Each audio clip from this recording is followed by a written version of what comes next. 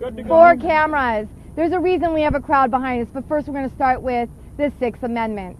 And there is a good reason why. In all criminal prosecutions, the accused shall enjoy the right to a speedy and public trial by an impartial jury of the state and district wherein the crime shall have been committed, which district shall have been previously ascertained by law, and to be informed of the nature and cause of the accusation, to be confronted with the witnesses against him, to have compulsory process for obtaining witnesses in his favor, and to have the assistance of counsel for his defense. Today marks the day of the largest, most grossest violation of the 6th Amendment. That is all I have to say. So we were upstairs and, I can just talk next to you. So we were upstairs and Eric Parker was on the stand. There was another objection. The judge says, we will not be wasting any more time with this with sidebars. Marchese asked him, so what direction you were looking? He's like, I was looking forward and up and to the right.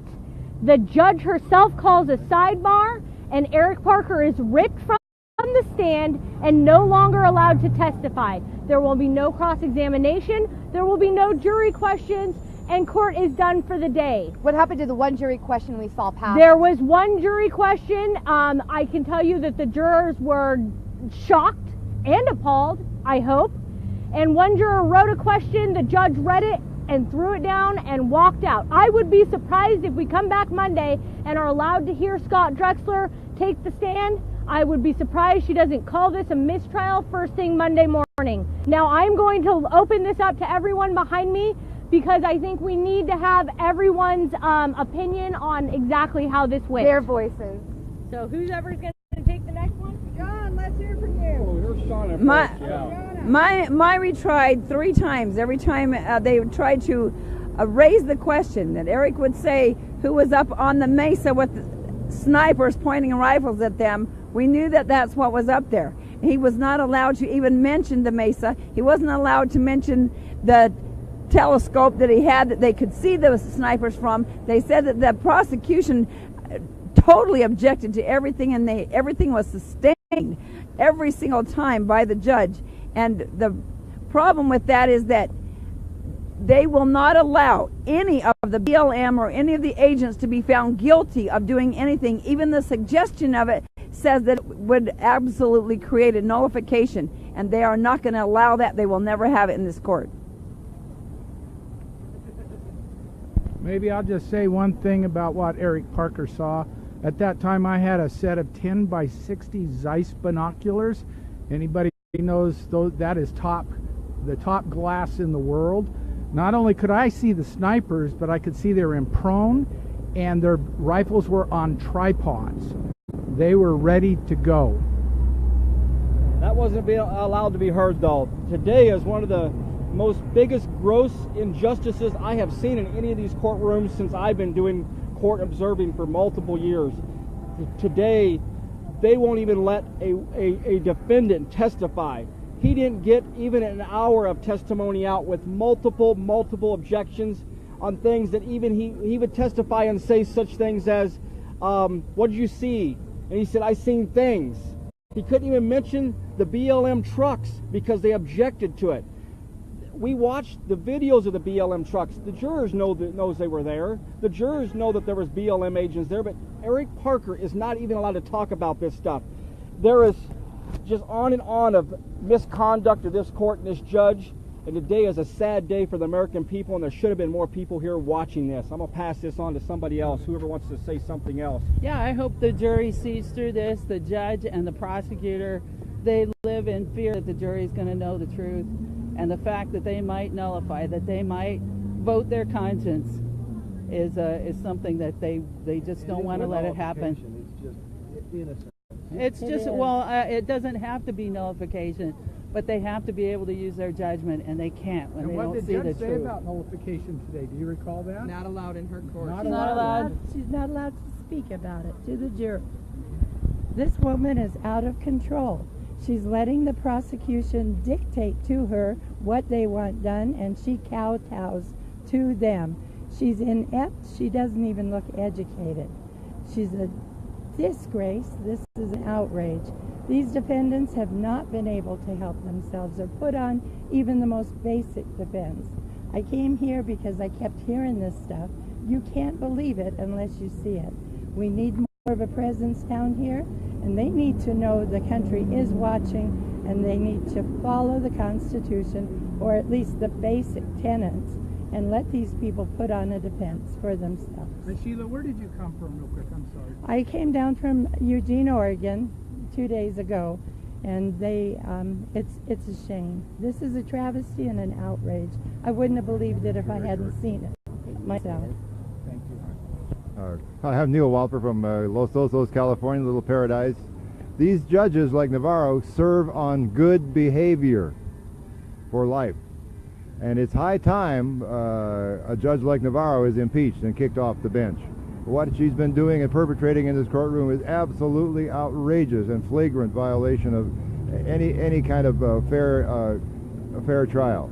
Our ability, she is dragging the U.S. justice system through the mud. Yeah. And we are losing and developing a horrible disregard for our own justice system. They are losing our consent due to the conduct that Navarro was showing in this trial. How would you compare her to Anna J. Brown? Well, yes, as you folks may know, I had some experience with dear old Anna. We started calling Anna Brown the Queen of Hearts, or the Red Queen up there in Portland. But quite honestly, she's looking quite benign now compared to Navarro. But of course, Navarro has looked at our trial up there, in which myself and Ammon and the rest were all found not guilty on. And Navarro is absolutely determined to have none of that kind of thing in her courtroom. She is absolutely determined to get guilty verdicts no matter what, come hell or high water. And her bias and her teamwork with the prosecution is so absolutely flagrant that it is mind-boggling. So I'll say once again, these judges serve their time on good behavior, and Navarro very, very much so is a candidate for impeachment. Thank you. I have one more thing to say. If there are any judges or anybody who is in the know about how a real trial is supposed to happen, they need to come down and do a peer review of this woman's performance. We need you. Also, media, you have to come in and look at this. Even if you are against the Bundys, I don't care. You need to come in and see what's happening to this system. So any judge, somebody, come do some peer review on this very much out of control judge, supposed judge. Her tour is completely broken. I just want to go back into my notes just a little bit.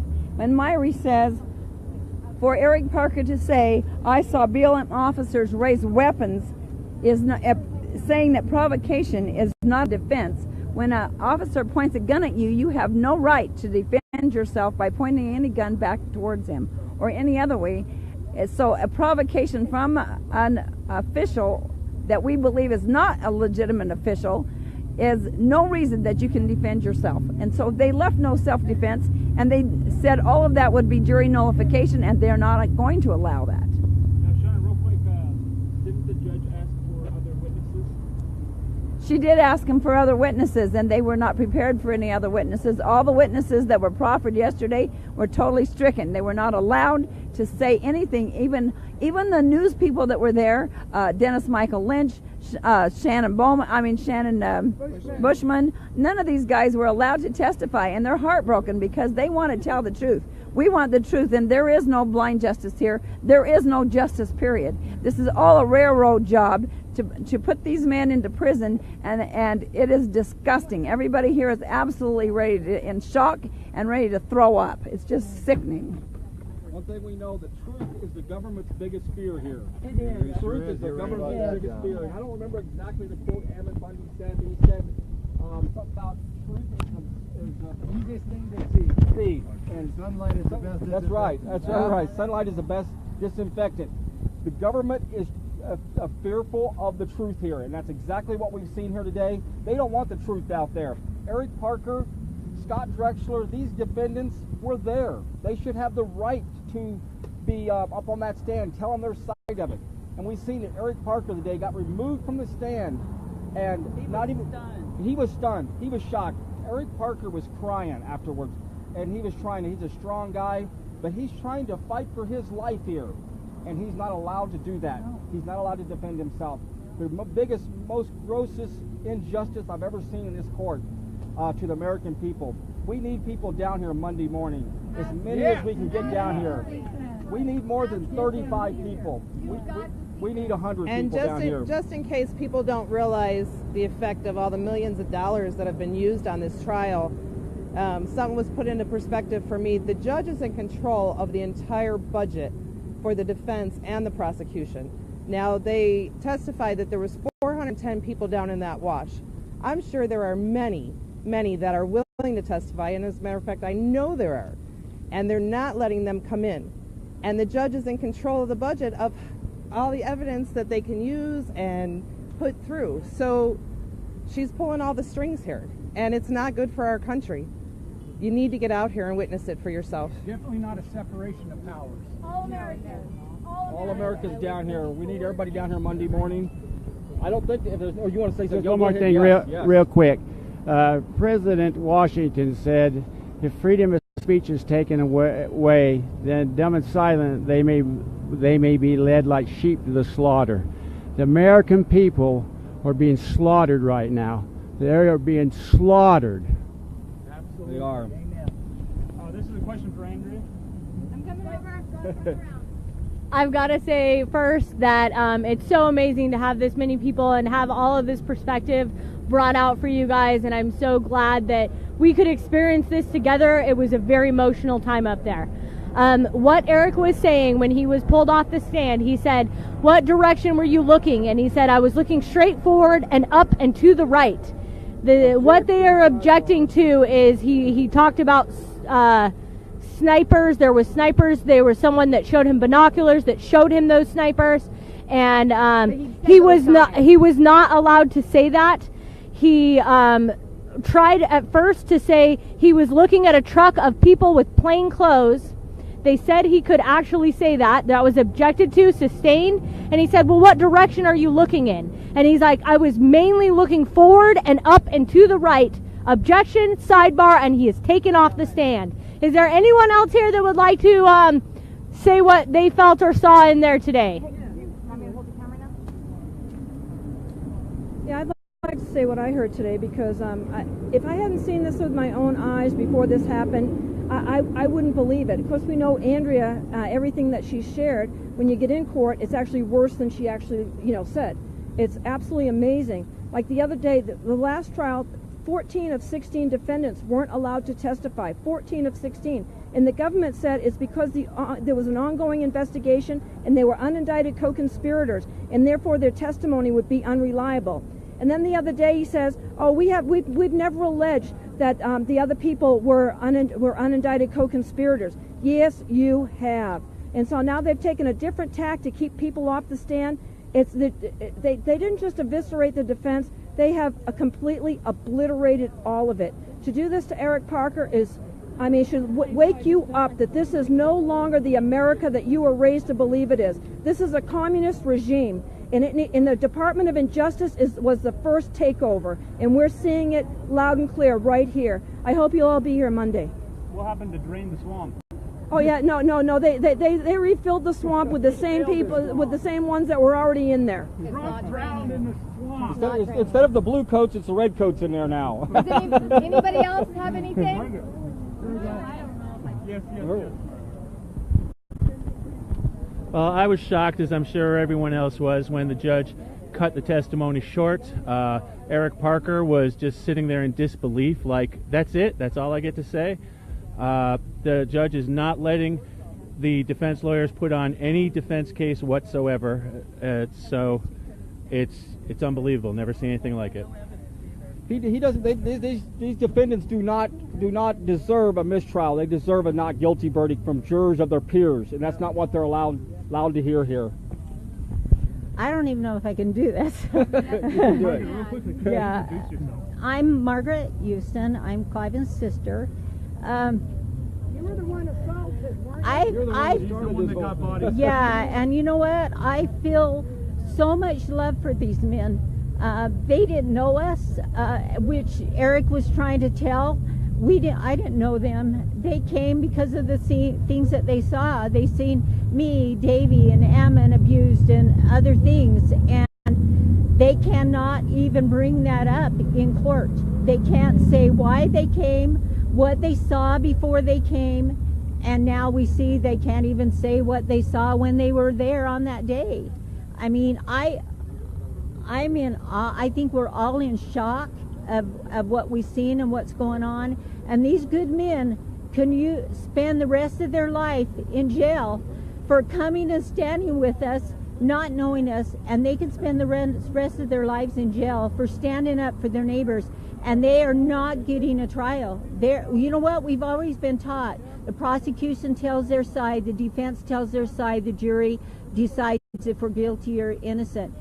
That is not how our courts are run now. This court, we have no defense. Our only defense, our only witness was pulled off the witness stand today. And he may be the only one. Scott may not even be able to be on there Monday. And we have no idea what's going to happen Monday. And is it true that you're not allowed to testify in their behalf? I'm not, no. None of us, they probably had a list of how many, probably 100 and something witnesses. They've denied everybody. The ones that were interviewed yesterday were all denied. Everyone's been denied. So Eric stands up there, tries to defend himself, and what happens? They throw him off the bench, and he can't even defend himself. So we have nothing. We have nothing. And we need you here Monday. We need you to be in that court to witness this and see what this judge and this prosecution is going to say on Monday morning. We have no clue what they're going to say. The jury was so upset. Some of them were really, really mad. And I seen one personally write a note, send it to the judge. She looked at it and she went and threw it on the desk. And walked out. Margaret, don't you think that some of the reason that what happened late today was because we were filling up the seats out there? Don't you think that might have been? You know what? I don't know where they're coming from. Yeah? I have no clue. It's just unbelievable. That's all I can say. It's unbelievable. We are not in the America that we thought we were. It's not even an illusion anymore. It's though. Not an illusion. It's no longer an illusion. It's not. We've been talking for years about how it's not the same America and that this is just an illusion. This is no longer an illusion, guys. These are the facts. This is the way they're running the country. Period. It is obvious. It is in your face. This is no longer a discussion, a debate, or a topic. It's not an illusion. This is exactly the way they're running it now. They're running it by violating your rights. This is not the same as the founding fathers had written for us. The supreme law of the land is not just being chipped away at anymore. It's being eviscerated. It has been eviscerated. Those are the facts. This is not my opinion. I am not just making up another speculation from my brain. I am telling you, our freedoms are not just under attack. They have succeeded in absolutely violating us. All of us. Those men being violated right now is representative of all of us. Absolutely. And what did they do last time when there was a mistrial? They came back at everything they could possibly do to stop them from getting another mistrial and making sure that they get a guilty verdict. And here what has happened, oh my gosh, our flags are going down. Here what has happened. That's exactly what's happening. Yeah. Here what has happened is they did everything they possibly could do and they are still not winning. So what will they come back with? Will they come back and just say, oh, you know, they've disappeared in our our jail system. We don't know where they are and we can't get them to a courtroom. What is the next step here? Because everything I have seen, they are pulling out all the stops, and the media is not here. The media is not in the room. They're not reporting on this. We are the only people out here. I started this. I knew nothing. I came here to be in trial and to tell people from Idaho. John came down and helped me and taught me everything I know and helped me get to where I am. And, you know, all of these people like Mo and like John and myself that travel around to help you get the information out. That's the only way we're doing this.